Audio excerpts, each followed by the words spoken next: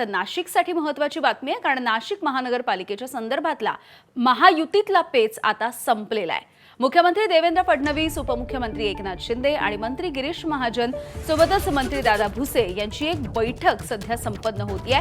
शिवसेनेची जवळपास 45 जागांची मागणी नाशिकसाठी होती। भाजपकडून 25 ते 30 दरम्यान जागा सोडण्याचा प्रस्ताव असल्याची सूत्रांनी माहिती दिलेली होती। अभिषेक मुठाळ आमचे प्रतिनिधी आपल्याला अपडेट्स देतील। अभिषेक, नाशिकच्या संदर्भातला काहीसा पेच होता, कारण जागा वाटपांवरून काहीशा कुरबुरी सुरू होत्या। हा पेच आता संपलेला आहे, बैठक पार पडली आहे, काय अधिकची माहिती आहे?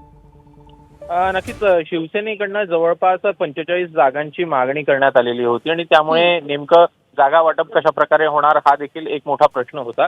अशातच आज मुख्यमंत्री देवेंद्र फडणवीस, उपमुख्यमंत्री एकनाथ शिंदे, गिरीश महाजन आणि दादा भुसे यांच्यामध्ये आपल्याला बैठक झाल्याचं पाहायला मिळत आहे। कॅबिनेट नंतर ही बैठक झालेली आहे आणि एकूणच नाशिक महापालिकेसंदर्भातला जो महायुतीचा पेच होता तो आता तरी संपलेला आहे। एकूणच भाजपकडनं सध्या 25 ते 30 दरम्यान जागा सोडण्याचा प्रस्ताव असल्याची सूत्रांची माहिती मिळते आहे।